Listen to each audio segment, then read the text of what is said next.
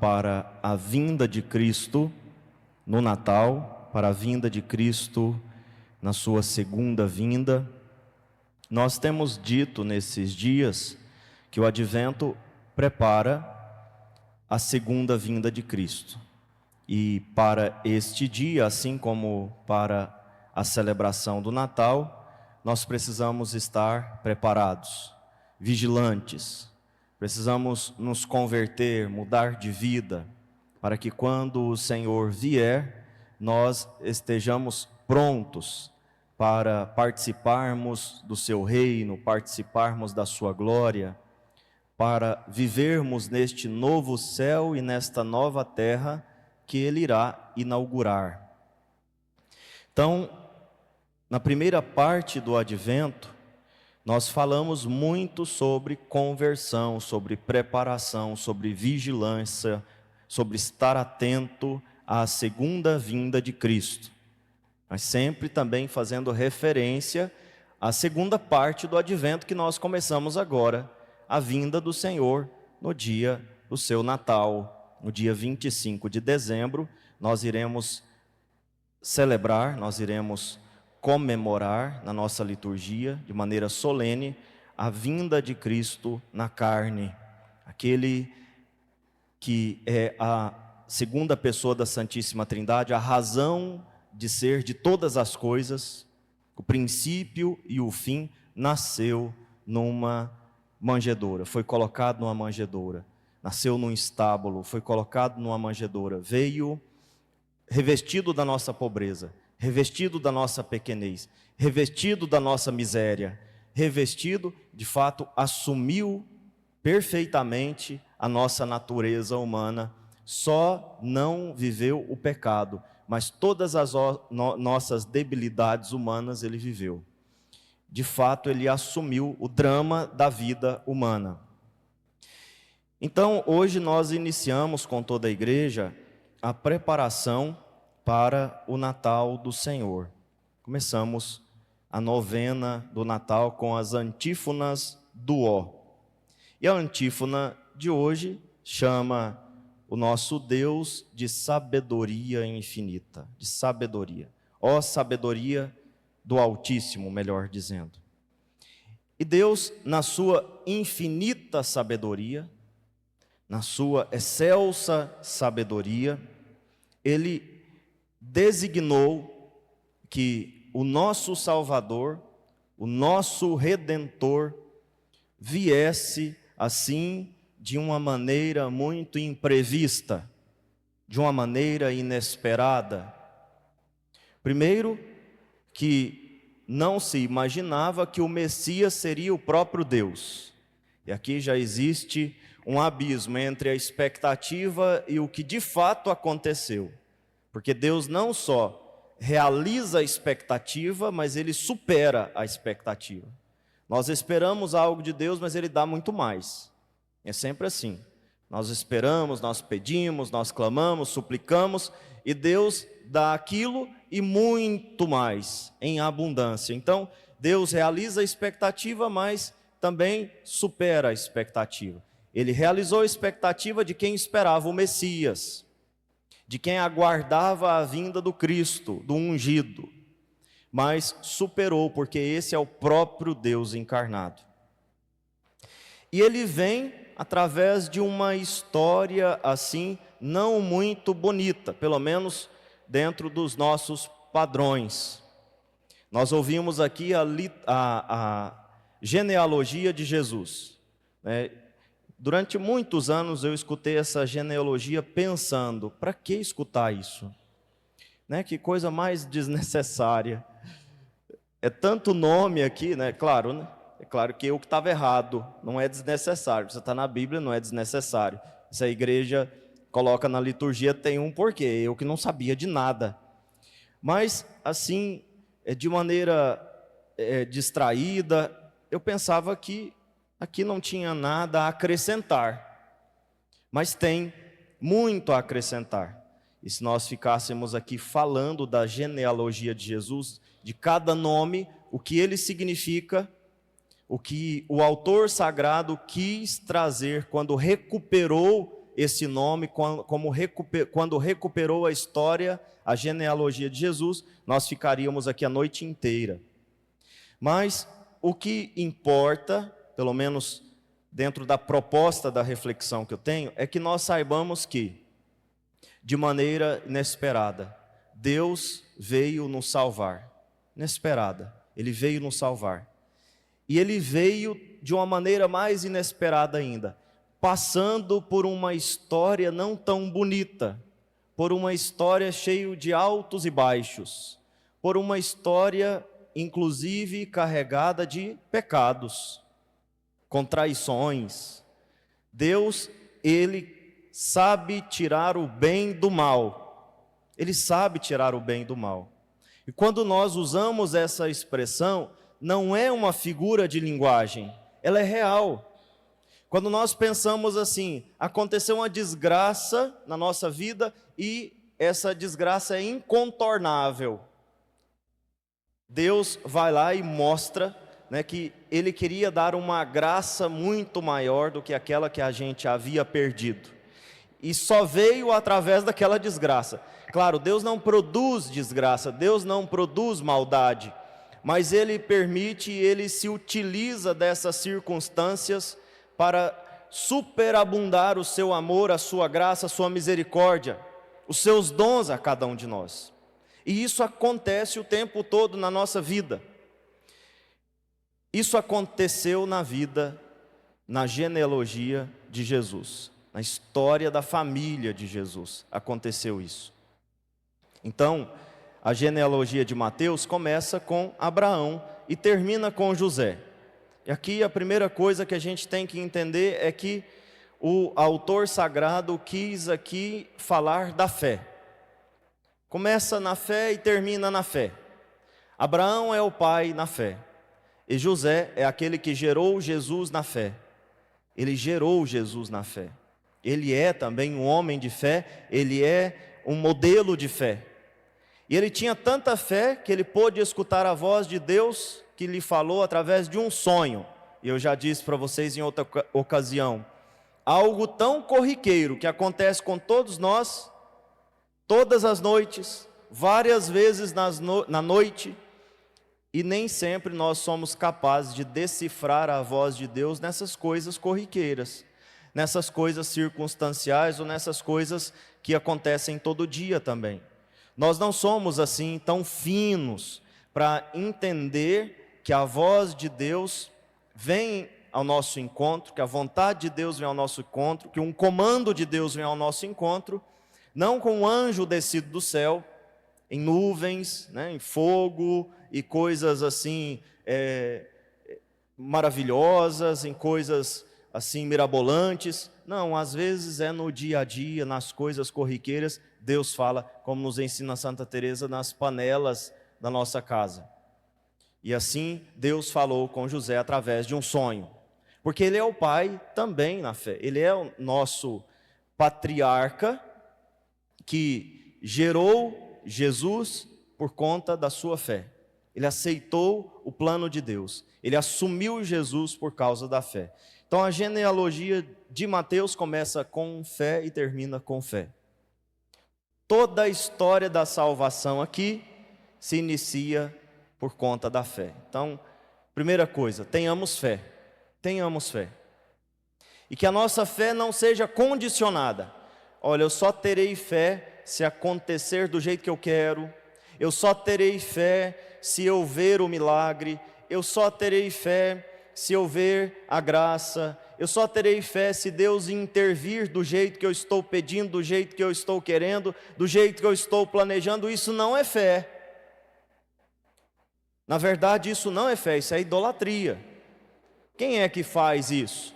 Quem é que obriga a divindade a agir conforme a sua vontade? Os pagãos oferecem sacrifícios e a divindade vai lá e faz o que ele quer. Mata a galinha, oferece a farofa, oferece, né, o sacrifício humano, nos casos mais extremos, e a divindade faz o quê? Faz o que a pessoa quer. Então eu trago o seu amor de volta em uma semana. Como assim? Pela força de quem? Pelo poder de quem? De Deus que não é, porque Deus não se submete a nossos caprichos, às nossas vontades. Deus ele não faz isso. Deus ele não se submete aos nossos caprichos. Então é claro que a divindade que faz aquilo que você quer não é Deus. A divindade que se submete, que se faz seu escravo, que aceita o seu cativeiro, não é Deus. Deus é livre. Ele só age conforme o bem. Ele só faz aquilo que é bom para mim. Aquilo que é bom e é bom para mim. Nada mais do que isso. Então, a fé verdadeira não é aquela que obriga a Deus a fazer o que eu quero, mas é aquela que se submete voluntariamente à vontade de Deus. Abraão, deixa a sua terra, deixa as tuas coisas, deixa os teus ídolos, pega a tua família e vai para onde eu te indicar. E Abraão fez, ouviu a voz de Deus, é por isso que ele é o pai da fé. É por isso que ele é o pai da fé. Ele não disse assim, me mostra primeiro essa terra, traz as fotos, traz os vídeos, a escritura, lá no cartório, porque senão eu não vou acreditar. Ou me leva lá para fazer um passeio, né, um passeio, sobrevoar a área. Ele não fez nada disso, ele simplesmente deixou tudo e foi. E é claro, ele não teria esses recursos para exigir, mas teria outros. Porque Deus, sendo Deus, Ele pode tudo, então eu posso exigir tudo, diria a pessoa sem fé. Ele pode tudo, então eu posso exigir tudo, diria a pessoa que não tem fé. Como alguns pastores fazem. Se você der o dízimo, se você fizer isso, se você fizer aquilo, Deus é obrigado a te escutar, te atender. Nós já escutamos isso não é loucura da minha cabeça. E a gente faz isso de outras maneiras. Senhor, cura fulano de tal para que eu creia, porque senão eu não terei fé. Senhor, traz de volta o que eu perdi para que eu creia, para que eu tenha fé. A gente não pode negociar com Deus dessa maneira. Então uma fé incondicional, deixa tudo e vai. Assim como José, lá na ponta fez a mesma coisa. Aceita Maria como tua esposa, ela está grávida do Salvador, você dará o nome desse menino, você cuidará desse menino, você terá que zelar desta família. E José fez. Vai para o Egito, ele vai. Volta do Egito, ele volta. Pega outro caminho, ele pega. E ele vai sendo conduzido por Deus, porque ele tinha verdadeira fé. Então quem tem fé de verdade se abandona e deixa Deus conduzir a história. E é claro, Deus conduz essa história a partir de Abraão, como eu disse, cheio de altos e baixos. Até mesmo através de um pecado, de um adultério, Deus faz surgir um grande rei. Nós ouvimos aqui. Jessé gerou o rei Davi, Davi gerou Salomão, daquela que tinha sido a mulher de Urias. A mulher de Urias. Quem é Urias? Urias é o marido daquela mulher com a qual o rei Davi cometeu adultério, a qual ele engravidou. Urias é o marido daquela mulher da qual o rei Davi se apropriou, se apossou. Surgiu um rei, surgiu aqui uma descendência, e que foi parar lá em Jesus, no Messias, no Salvador. Depois nós temos aqui outro exemplo de Manassés, um rei horrível. Ezequias gerou Manassés, Manassés gerou Amon, o rei mais sanguinário que teve em Israel, que se converteu na hora da morte e que recebeu o perdão de Deus, mas fez muita feiura durante toda a vida, matou muita gente, derramou muito sangue. Manassés, até chegar então em José. Veja, eu dei aqui dois exemplos de pessoas que ou de histórias que nós olharíamos e diríamos: daqui não tem jeito de sair nada bom. Desse fulano, desta ciclana, não sai nada de bom. Na verdade, presta bem atenção no que eu vou falar. De nós, de cada um de nós, você e eu, não sai nada de bom. Por nós mesmos, nada de bom. Nós nos surpreendemos aqui com esses dois, ou com tantos outros, como, sei lá, Zaqueu, Mateus, Maria Madalena, outros pecados, o ladrão, né? O bom ladrão. Não sai nada de bom dessa gente, porque não sai nada de bom da humanidade sem Deus. Mas quando Deus entra, sai algo de bom. Porque a fonte da bondade, que é Deus, então passa por aquela pessoa e faz coisas boas e realiza obras admiráveis, como realizou na vida de Santa Maria Madalena, que estava como um caso perdido, era tida como um caso perdido, e de repente se transformou nesta grande mulher que é exemplo para todos nós, inspiração para todos nós, intercessora de todos nós, e que agora até ganhou uma festa litúrgica. Era memória, o Papa Francisco transformou em festa, a festa de Santa Maria Madalena. Queridos irmãos, quando você olha para a sua história, provavelmente você enxerga ali muitas coisas feias, muitas coisas tristes, muita dor, muito sofrimento, muitas feridas, muitos pecados.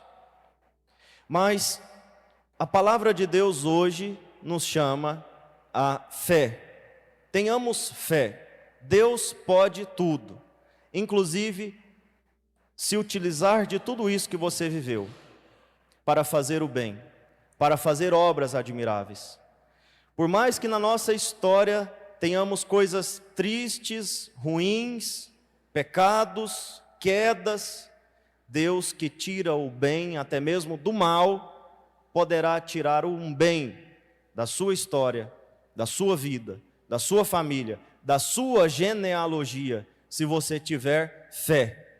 Então tenhamos fé, vamos pedir a Jesus que tenhamos fé. Não fé no ser humano, porque eu repito, do ser humano nós só podemos esperar coisas ruins.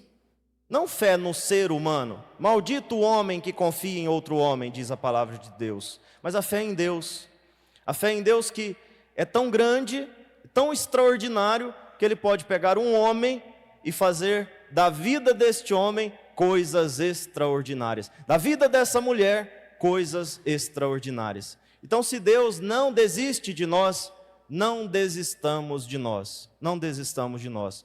Nesse Natal, vamos pedir a Jesus, o Natal que está se aproximando, vamos pedir a Jesus que nasça em nosso coração e já comece a nascer agora, nesta novena de Natal, uma fé viva, verdadeira, eficaz, robusta, constante, uma fé inabalável no amor de Deus, no poder de Deus, na graça de Deus, que tudo pode, inclusive fazer de nós pequenos servos, pequenos pecadores ou grandes pecadores, fazer da nossa vida, fazer de nós instrumentos, fazer da nossa vida coisas grandiosas. Vamos pedir essa graça ao Senhor.